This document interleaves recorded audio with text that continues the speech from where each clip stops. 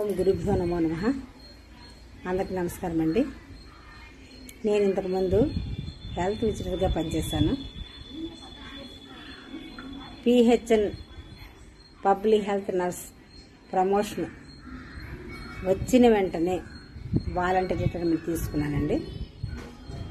ఎందుకంటే కొన్ని ప్రాబ్లమ్స్ వల్ల, కొన్ని కారణాల వల్ల నేను వాలంటీర్ రిటైర్మెంట్ ఇచ్చేసాను. ఇప్పుడు కొద్దిగా ఖాళీ దొరుకుతుంది కాబట్టి హెల్త్ ఎడ్యుకేషన్, ఆరోగ్య విద్య మీ అందరికీ అందించే ఉద్దేశంతో నేను ఈ పబ్లిక్ హెల్త్ నర్స్ అనే ఛానల్ని ప్రారంభించానండి. మొన్న దశమి నాడు, ఏకాదశి నాడు, మంచి రోజుని. ఈ ఛానల్లో అన్ని ఆరోగ్య సంబంధమైన విషయాలు, సీజనల్ డిసీజెస్ గురించి,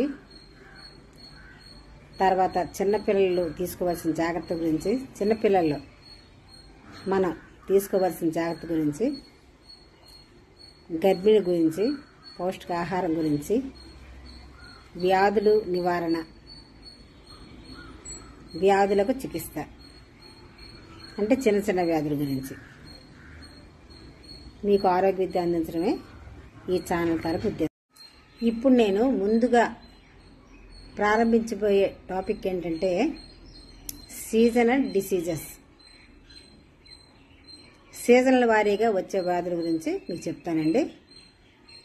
దాని నివారణ చర్యలు కూడా మీకు చెప్తాను. పూర్తిగా చూడండి ఈ ఛానల్. ఈ వీడియో పూర్తిగా చూడండి.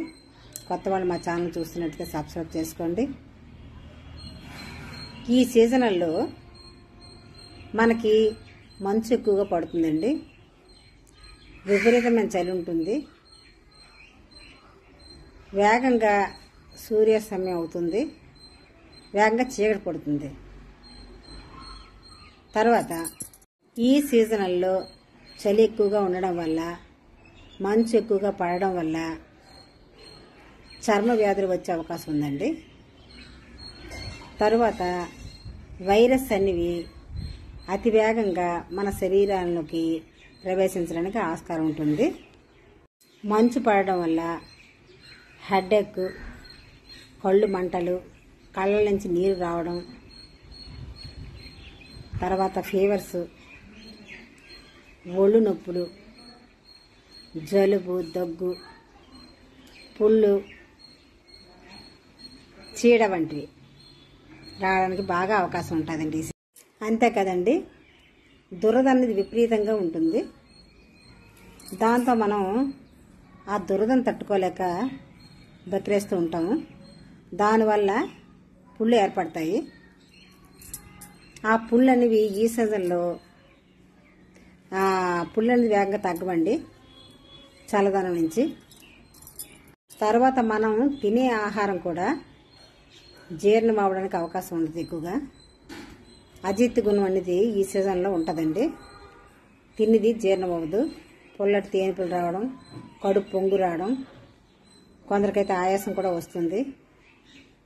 తర్వాత కొందరికి మోషన్స్, నీళ్ళ విరోచనాలు కూడా అవడానికి అవకాశం ఉంటుందండి. జీవన శక్తి లేక, తిండి దరక్క ఈ సీజన్లో ఆ గుణం ఉంటుంది.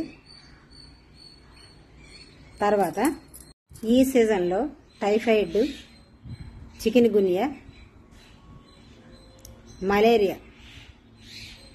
మలేరియాలు కూడా వేసవకాలంలోనే కాదండి, ఈ చల్లదనానికి కూడా దోమలు వస్తూ ఉంటాయి. ఇటువంటి జ్వరాలు కూడా విపరీతంగా వస్తుంటాయండి. కనుక ఇటువంటివి రాకుండా మనం ఏ విధంగా నివారణ చర్య చేపట్టాలి అనే దాని గురించి ఇప్పుడు టాపిక్ అండి.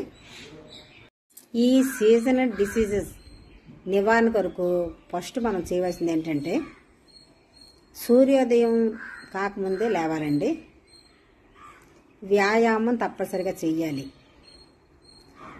ఎందుకంటే ఈ సీజన్లో, శీతాకాలంలో బ్లడ్ సర్క్యులేషన్ ఎక్కువగా ఉండదండి.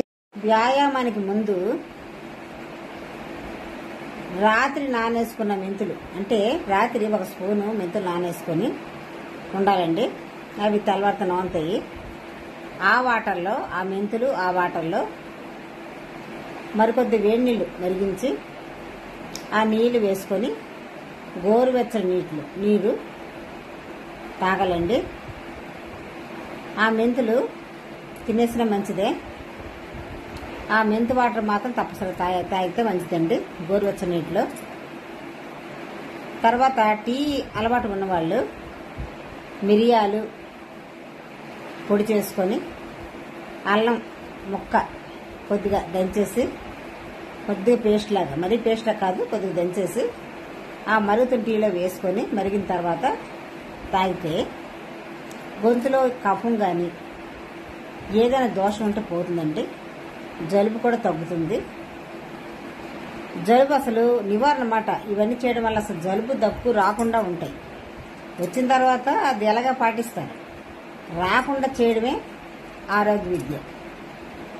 నివారణ కొరకే ముందు చూడాలి.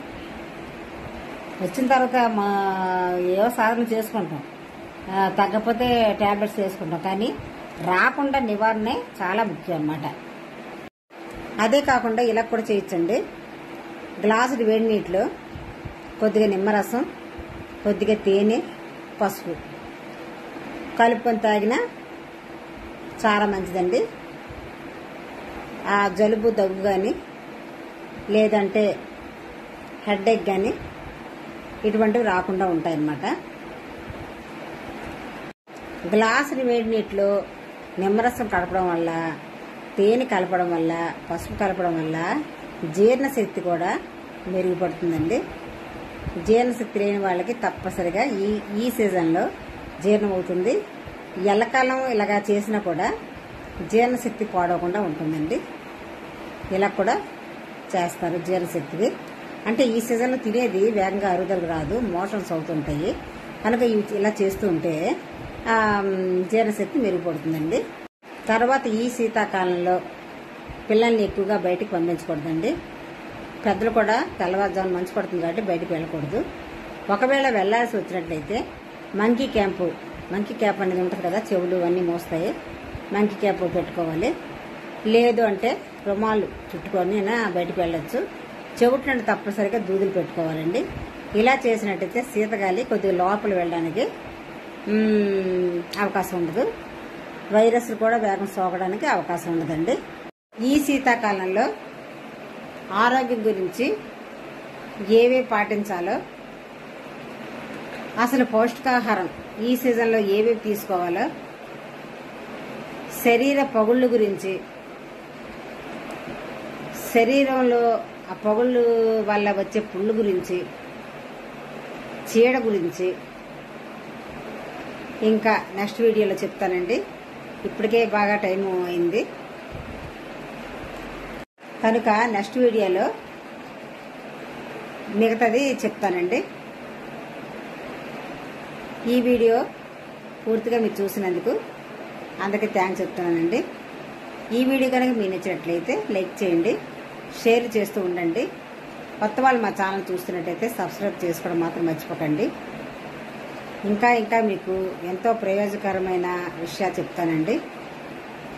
అదంతా మనకి ఆరోగ్య సంబంధమైనవే కనుక ప్రతి ఒక్కరికి కూడా ఈ వీడియోని చూసి పూర్తిగా చూస్తూ ఉండండి. ఈ వీడియోని మీరు షేర్ చేసినట్టయితే చాలామందికి ఈ ఆరోగ్య విద్య అందుతుందని నా అభిప్రాయం అండి. మంచిదే కదా, మంచి విషయాలు 10 మందికి చెప్పుకుంటే మంచిదే కదా. థ్యాంక్ యూ అండి. నెక్స్ట్ వీడియో మళ్ళీ కలుద్దామండి. అందరికీ ఆరోగ్యం ఉండాలి కోరు.